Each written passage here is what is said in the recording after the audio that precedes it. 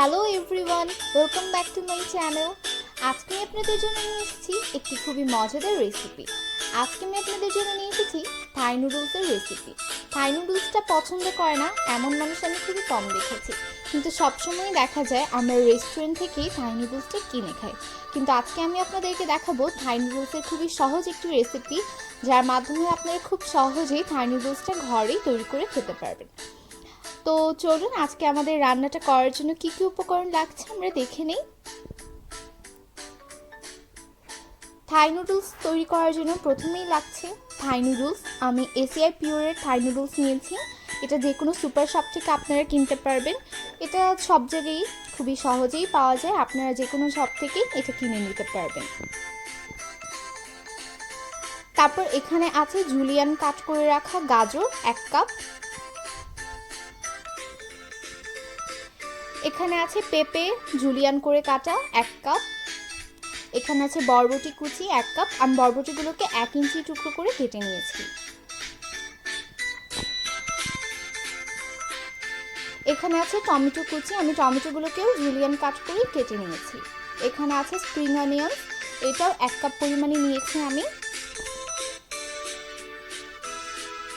এখানে আছে বাঁধাকপি কুচি করা, এটাও 1 কাপ, এটাকেও আমি জুলিয়ান কাট করে কেটে নিয়েছি।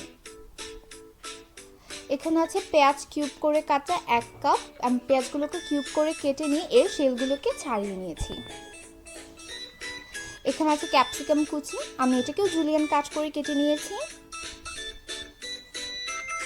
আর এখানে আছে বোনলেস চিকেন, আমি চিকেনটাকে আদা বাটা, রসুন বাটা ও সামান্য সয়া সস দিয়ে আধা ঘন্টা ম্যারিনেট করে রেখেছিলাম। এখানে আছে কাঁচামরিচ কুচি।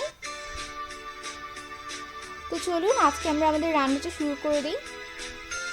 ভিউয়ার্স, থাই নুডলসটা রান্না করার জন্য আমি প্রথমেই এখানে 1 হাঁড়ি পানি গরম করে রেখেছি। এখানে আমি 1 চামচ তেল দিয়ে নিলাম, আর দিয়ে নিচ্ছি এখানে 1 চামচ লবণ। এটাকে আমি একটু মিশিয়ে নিব। আমি তেলটা দিয়েছি যাতে করে আমার নুডলসগুলো একটার সাথে একটা লেগে না যায়। এখন আমি এখানে আমার নুডলসটা দিয়ে দিলাম, একটু নেড়ে দিচ্ছি। এটাকে 9 থেকে 10 মিনিট আমি সিদ্ধ করে নিব। আপনারা কিন্তু নুডলসটা সিদ্ধ করার সময় এটাকে ঢেকে দিবেন না, এটা যদি ঢেকে দেন তাহলে কিন্তু নুডলসটা একদম গলে যাবে। ভিউয়ার্স, 9-10 মিনিট পর আমার নুডলসটা একদম সিদ্ধ হয়ে গিয়েছে। দেখুন একদম সিদ্ধ হয়ে গিয়েছে পারফেক্টলি। আমি একটু মুখে দিয়েও দেখে নিয়েছি আমার নুডলসটা হয়ে গিয়েছে। এখন আমি এটাকে ছেঁকে নিব। ভিউয়ার্স, আমি নুডলসটা ছেঁকে নিয়ে খুব ভালো করে ঠান্ডা পানি দিয়ে এটাকে ধুয়ে নিয়েছি যাতে এটা ঝরঝরে থাকে। আপনারাও কিন্তু ঠিক এরকমভাবে নুডলসটাকে সিদ্ধ করে নেবেন। এখন আমি নুডলসটা রান্না করার জন্য প্রথমে একটি ফ্রাই প্যানে দিয়ে দিলাম 2 টেবিল চামচ পরিমাণ তেল। আপনারা চাইলে এই রান্নাটা বাটার দিয়েও করতে পারেন। এখন আমি এখানে দিয়ে দিব ম্যারিনেট করা চিকেনটাকে।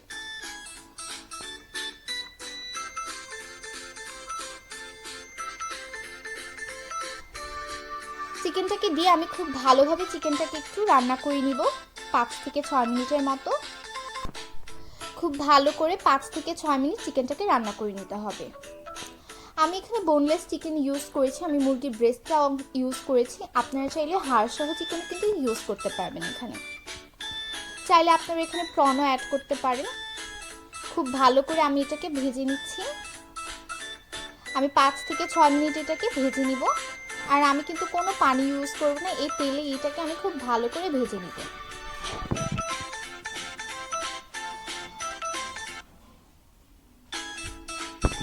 ভিউয়ার্স, আমার চিকেনটা ভাজা হয়ে গিয়েছে, দেখতেই পাচ্ছেন।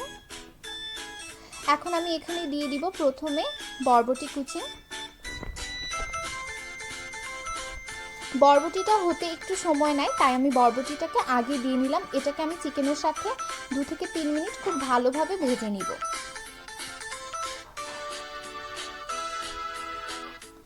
এখন আমি এখানে দিয়ে নিলাম 1 টেবিল চামচের মতো চিলি ফ্লেক্স।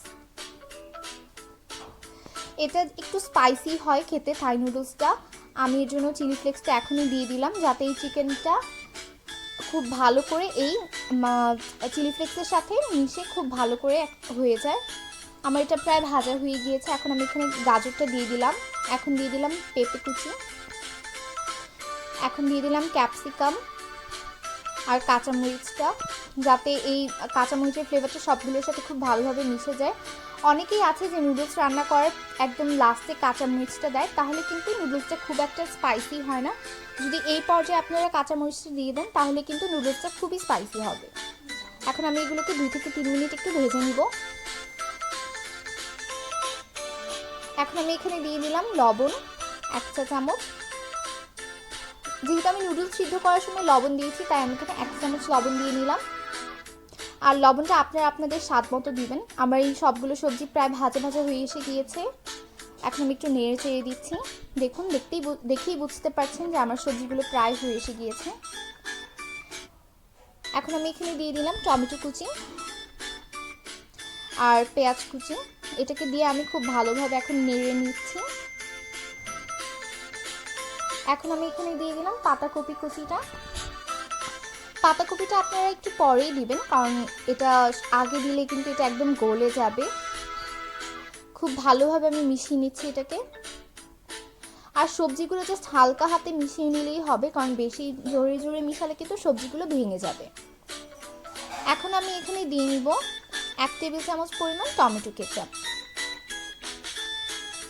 আপনারা চাইলে এখানে সয়া সস বা ওয়েস্টার সসও ইউজ করতে পারেন, কিন্তু আমি এখানে আর কোনো সস ইউজ করলাম না। এখন আমি এটাকে খুব ভালো করে মিশিয়ে নিচ্ছি।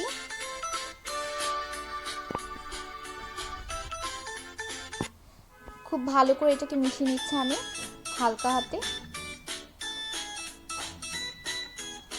ভিউয়ার্স, 5 মিনিট হয়ে গিয়েছে। আমার সব সবজিগুলো খুব ভালোভাবে রান্না হয়ে গিয়েছে, দেখেই বুঝতে পারছেন আপনারা। এখন আমি এখানে দিয়ে দিব একটা ডিম ঝুরি করে রেখেছিলাম সেটা। আমি এখানে একটা ডিমই দিলাম, আপনারা চাইলে 2টো ডিম বা 3টে ডিমও ইউজ করতে পারেন। ডিম দিয়ে আমি সব কিছুকে আবারও খুব ভালো করে মিশিয়ে নিলাম। এখন আমি এখানে দিয়ে নিব আমার সিদ্ধ করা থাই নুডলসটাকে। দিয়ে আমি এটাকে খুব ভালো করে মিশিয়ে নিচ্ছি। দেখুন আমার নুডলসটা কতটা ঝরঝরে হয়েছে। আপনারা যদি ঠিক এরকমভাবেই নুডলসটা সিদ্ধ করেন তাহলে কিন্তু আপনাদের নুডলসটাও ঠিক এরকমই ঝরঝরে হবে। সবগুলোকে আমি খুব হালকা হাতে ভালো করে মিশিয়ে নিব, নাহলে কিন্তু নুডলসটা ভেঙে যাবে। আমি নুডলসটাকে ভাঙিনি, একদম লম্বা লম্বা যেরকম ছিল সেরকম করেই সিদ্ধ করেছি। আপনারা চাইলে মাঝখানে ভেঙেও কিন্তু নুডলসটাকে সিদ্ধ করে নিতে পারেন। খুব ভালো করে আমি এগুলোকে মিশিয়ে নিচ্ছি। এখন আমি এখানে দিয়ে নিব স্প্রিং অনিয়ন।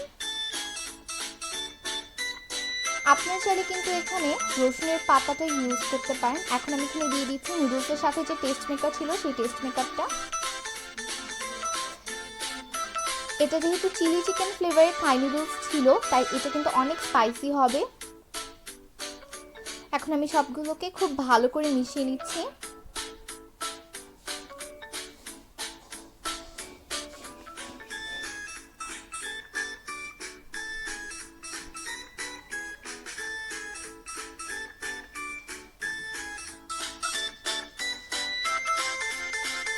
মিশিয়ে এটাকে আমি আরও 2 থেকে 3 মিনিট রান্না করে নিব।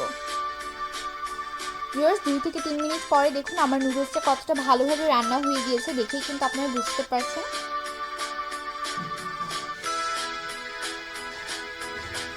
এখন এটা আমি আপনাদেরকে সার্ভ করে দেখাবো। ভিউয়ার্স, আপনারা যারা এখন আমার চ্যানেলটি সাবস্ক্রাইব করেনি, আমি আশা করব তারা এখনই আমার চ্যানেলটি সাবস্ক্রাইব করবেন এবং আমার পাশে থাকবেন। আর সাবস্ক্রাইব করে অবশ্যই কিন্তু পাশে থাকা বেল আইকনটা অবশ্যই প্রেস করবেন। ভিউয়ার্স, এখন আমি নুডলসটা আপনাদেরকে গরম গরম সার্ভ করে দেখাচ্ছি। ভিউয়ার্স, আমার ভিডিওটি ভালো লেগে থাকলে অবশ্যই লাইক কমেন্ট শেয়ার করবেন এবং সবার সাথে আমার ভিডিওটাকে শেয়ার করবেন। দেখুন একদম গরম গরম থাই নুডলস। এটা কিন্তু আপনারা বিকালের নাস্তায় বা সকালের নাস্তায় বা বাচ্চাদেরকে টিফিনেও কিন্তু তৈরি করে দিতে পারেন। খুবই ঝটপট এই নুডলসটা তৈরি করা যায়। আর রেসিপিটাও কিন্তু খুবই ইজিলি আমি আপনাদের সাথে শেয়ার করেছি। দেখুন ভিউয়ার্স, আমার নুডলসটা কতটা সুন্দর হয়েছে দেখি কিন্তু বোঝা যাচ্ছে। আপনারা অবশ্যই এই নুডলসটি বাসায় ট্রাই করে আমার সাথে শেয়ার করবেন যে আপনাদের নুডলসটা কীরকম হয়েছে।